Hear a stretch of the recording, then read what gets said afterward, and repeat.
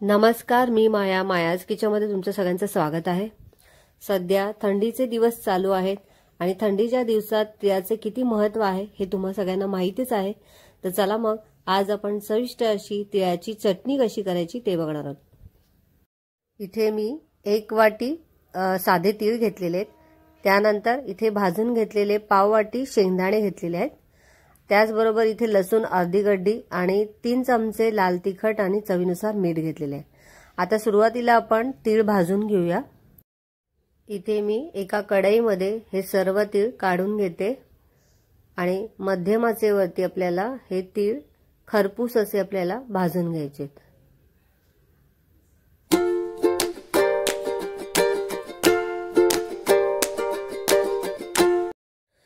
तर इथे तुम्ही बघू शकता साधारण 2 ते 3 मिनिट झालेले आहेत आणि आपले तीळ छान असे तडतडायला लागलेले आहेत.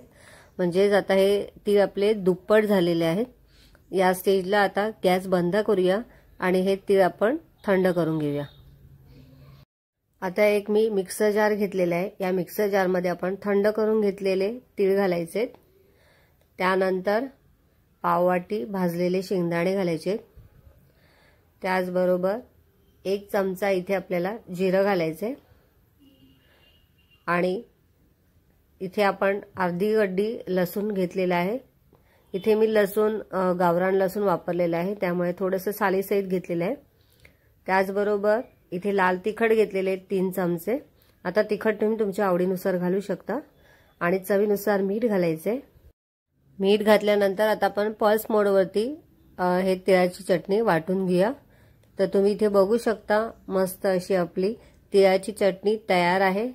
खूप पौष्टिक अशी ही चटणी आहे. तुम्ही एकदा थंडीच्या दिवसात नक्की करून बघा. जेवताना तर ही तोंडी लावल्यावरती खूप छान लागते. भाकरीबरोबर खूप सुंदर लागते. नक्की करून बघा.